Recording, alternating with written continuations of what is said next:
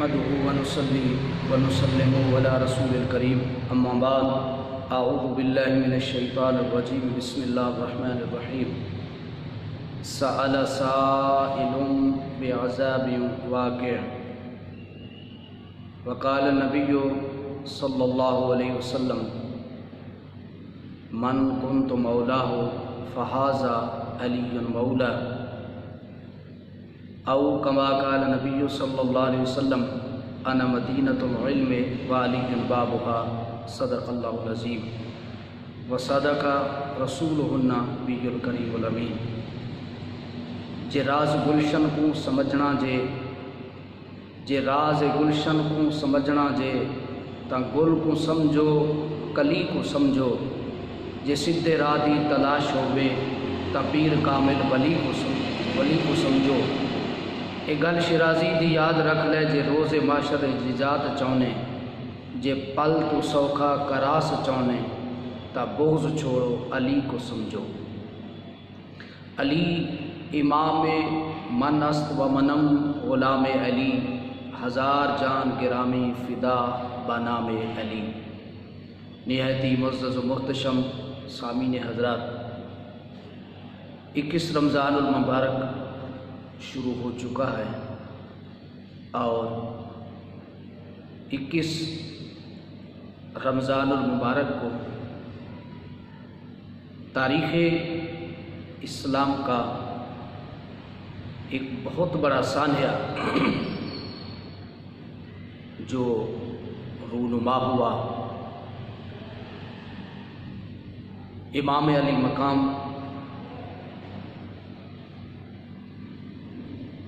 داماد رسول زوج بطول حسنین کریمین کے بابا امام الاولیاء سید الاولیاء سید السادات خلیفۃ الرسول امیر المومنین خلیفۃ المسلمین امام الاتقیاء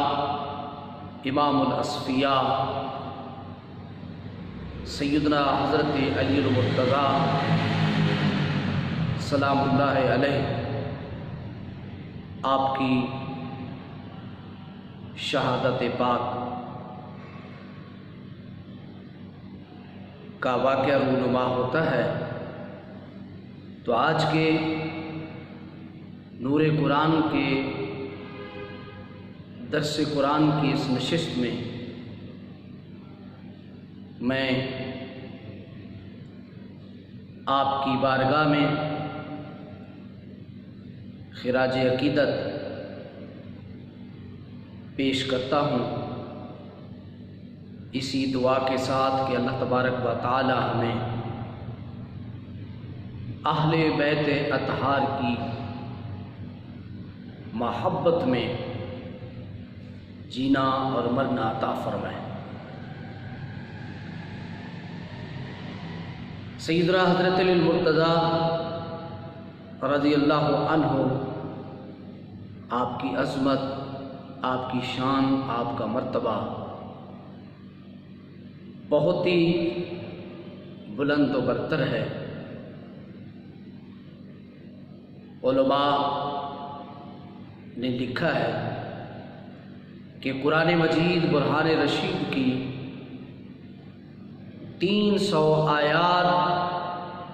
کے قریب اللہ تبارک و تعالی نے آپ کی عظمت اور شان میں نازل فرمائی ہیں۔ میں نے آپ کے سامنے قرآن مجید برہان رشید کی سورۃ المعارج کی پہلی آیت بینہ تلاوت کی ہے، جس کو امام ابو اسحاق سالبی نے اپنی تفسیر سالبی میں آپ نقل فرماتے ہیں۔ اس آیت مبارکہ کا جو شان نزول آپ ارشاد فرماتے ہیں کہ حضور نبی کریم رؤوف الرحیم صلی اللہ علیہ وسلم نے جب غدیر خم کے اوپر کھڑے ہو کر حضور نبی کریم رؤوف الرحیم صلی اللہ علیہ وسلم نے مولا کائنات جناب حضرت علی رضی اللہ تعالی عنہ کا آپ نے ہاتھ پکڑا، اور ہاتھ پکڑ کر آقا علیہ الصلوۃ والسلام نے حضرت علی کے ہاتھ کو لہرایا۔ حضور نے ہاتھ پکڑا ہوا تھا علی کا، اور آقا علیہ الصلوۃ والسلام نے ارشاد فرمایا من کنت مولا فہذا علی المولا، کہ جس کا میں مولا ہوں اس کا علی مولا ہے۔ تو جب آقا علیہ الصلوۃ والسلام نے یہ اعلان کیا تو ایک شخص جس کا نام حارث بن نعمان تھا، وہ گھوڑے پر سوار ہو کر آقا علیہ الصلوۃ والسلام کے پاس آیا اور کہنے لگا کہ اے محمد صلی اللہ علیہ وسلم، ہم نے آپ کے کہنے پر توحید کو مانا، آپ کے کہنے پر آپ کی رسالت کو مانا۔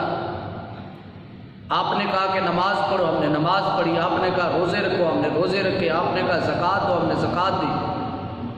آپ نے کہا جہاد کرو، ہم نے جہاد کیا۔ آپ نے کہا حج کرو، ہم نے حج کیا۔ آپ نے کہا صدقہ خیرات دو، ہم نے صدقہ خیرات دیا۔ آپ نے جو بھی ہمیں کہا ہم نے وہ کام کیا، لیکن اب آپ اپنے چچا زاد بھائی کو ہمارے اوپر فضیلت دینا چاہتے ہیں، آپ ان کے بارے میں یہ اعلان کرنا چاہتے ہیں، ان کو یہ عظمت اور یہ فضیلت دینا چاہتے ہیں۔ تو ثابت ہوا کہ علی کی عظمت جو ہے وہ منافق کو ہضم نہیں ہوتی ہے۔ علی کی فضیلت، علی کا مقام، علی کی شان منافق کو ہضم نہیں ہوتی ہے۔ ویسے بھی صحابہ کرام رضی اللہ عنہم اجمعین فرماتے ہیں کہ آقا علیہ الصلوۃ والسلام کے دور مبارک میں منافقین کے بارے میں آپ علیہ الصلوۃ والسلام ہمیں بتا دیتے تھے کہ یہ منافق ہے، یہ منافق ہے، ان کو بتا دیتے تھے۔ تو جب آقا علیہ الصلوۃ والسلام اس دنیا سے تشریف لے گئے تو پھر منافق کو پہچاننا ہمارے لیے مسئلہ ہو گیا۔ لیکن صحابہ کرام رضی اللہ عنہم اجمعین فرماتے ہیں پھر ہم اس طرح کرتے تھے کہ ہم چاہتے تھے کہ جب ہمیں منافق کا پتہ چلے تو صحابہ کرام رضی اللہ عنہم اجمعین فرماتے ہیں ہم محفل کو سجا لیتے تھے، لوگوں کو اکٹھا کر لیتے تھے اور اس محفل میں علی کا ذکر شروع کر دیتے تھے، اور پھر جب علی کا ذکر شروع ہوتا تو پھر لوگوں کے چہروں کی طرف دیکھتے تھے تو ہم دیکھتے تھے کہ علی کے ذکر کو سن کر جن کے چہرے مسکرا اٹھتے تھے تو ہم سمجھ جاتے تھے یہ مومن ہے، اور علی کے ذکر کو سن کر جن کے چہرے مرجھا جاتے تھے، جن کے چہروں پر بارہ بج جاتے تھے تو ہم سمجھ جاتے تھے کہ یہ منافق ہے۔ آج بھی جب علی کا نام آتا ہے تو مومن کے عاشقوں کے چہرے مسکرا پڑتے ہیں، ان کے چہروں سے خوشی کے آثار نمایاں ہوتے ہیں۔ اور ویسے بھی آقا علیہ الصلوۃ والسلام کی حدیث پاک حضور نبی کریم صلی اللہ علیہ وسلم نے فرمایا کہ علی سوائے مومن کے اور کوئی تو سے محبت نہیں کرے گا، اور سوائے منافق کے تو سے کوئی بغض نہیں کرے گا۔ تو علی کی محبت مومن اور منافق کی پہچان کراتی ہے، علی کی محبت مومن اور منافق کو علیحدہ کرتی ہے، علی کی محبت ان دونوں کے درمیان فرق کرتی ہے۔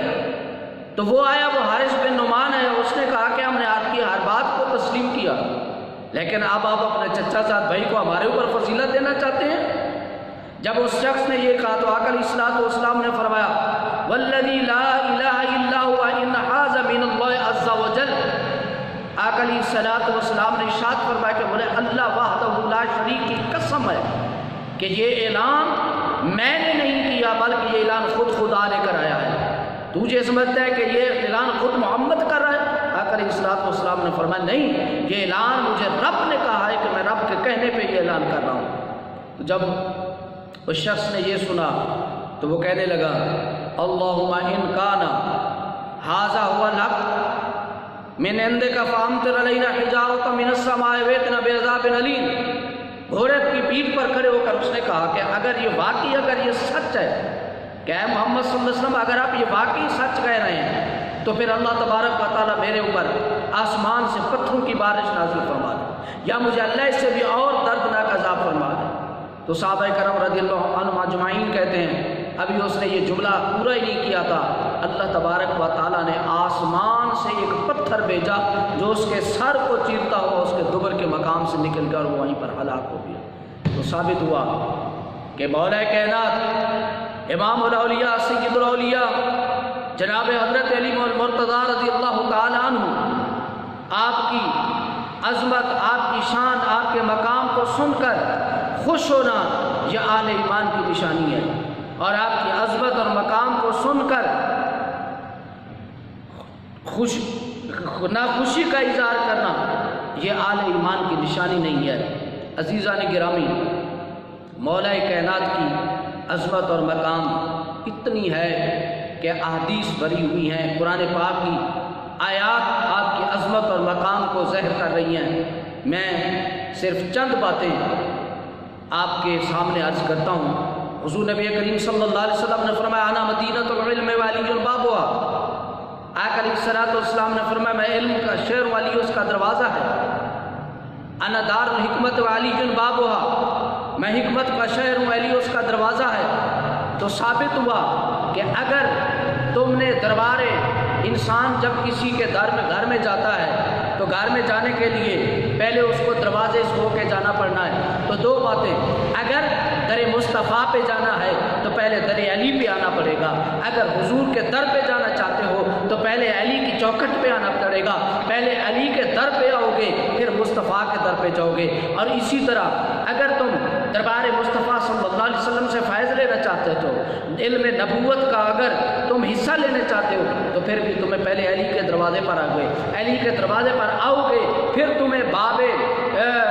نبوت سے پھر تمہیں علم حاصل کرو گے ملے گا۔ تو عزیزان گرامی، اگر تمہیں حضور کی بارگاہ میں جانا ہے پھر بھی علی کے دروازے پہ آنا پڑے گا، اگر حضور سے علم لینا ہے، حضور سے فیضیاب ہونا ہے تو پھر بھی علی کے دروازے پر آنا پڑے گا۔ تو اس لیے اگر چاہتے ہیں کہ مصطفیٰ تک پہنچ جائیں تو آؤ علی کے در پہ آ جاؤ، علی کے در پہ جب آ جاؤ گے علی کے در سے ہوتے ہوئے تو مصطفیٰ کے در پہ پہنچ جاؤ گے۔ عزیزان محتشم، مولا کائنات کو جب آقا علیہ السلام نے باب العلم کہا تو آپ کے علم کا مقام یہ تھا کہ جب بھی کسی صحابی نے، کسی کافر نے، کسی منافق نے، کسی یہودی نے، کسی عیسائی نے جب بھی حضرت مولا کائنات سے جب بھی کوئی سوال پوچھا تو آپ نے اسی وقت اس کے سوال کا جواب دے دیا۔ ایک مرتبہ ایک شخص آپ سے کہنے لگا اے علی یہ بتائیں کہ جب بھی ہم نے آپ سے کوئی سوال کیا ہمارا ابھی سوال پورا ہی نہیں ہوتا، آپ اس کا جواب دے دیتے ہیں، کبھی آپ نے سوچا بھی نہیں ہے؟ تو آپ نے فرمایا یہ بتاؤ کہ تمہارے ہاتھ کی انگلیاں کتنی ہیں؟ تو وہ بندہ کہنے لگا کہ میرے ہاتھ کی انگلیاں 10 ہیں۔ تو آپ نے فرمایا تیرے ہاتھ کی انگلیاں 10 ہیں، تو نے گنا ہی نہیں اور تم نے بغیر گنے مجھے بتا دیا؟ تو وہ کہنے لگا کہ حضور وہ تو ہر وقت میرے سامنے رہتی ہیں۔ تو آپ نے فرمایا جس طرح دونوں ہاتھ کی انگلیاں ہر وقت تیرے سامنے رہتی ہیں، اس لیے مجھ سے بھی جب کوئی بندہ سوال کرتا ہے یا زمین کے اندر کا سوال ہوتا ہے یا آسمان کے اندر کا سوال ہوتا ہے، جب بھی کوئی سوال کرتا ہے زمین و آسمان کے درمیان کا سوال کرتا ہے، اس لیے آپ نے فرمایا کہ جب بھی کوئی سوال کرتا ہے زمین و آسمان میرے سامنے ہوتے ہیں، اس لیے جب وہ کہ سوال کرتا ہے میں اسی وقت دے کر اس کا جواب عطا فرما دیتا ہوں۔ عزیزان گرامی، حضرت مولا کائنات حضرت علی رضی اللہ تعالیٰ عنہ کے جب علم سے آپ کے بارے میں جب پوچھا گیا کہ علی یہ بتائیں آپ کو اتنا علم آیا کہاں سے ہے؟ اللہ اکبر، اس کے 2 حوالے ہیں۔ ایک وہ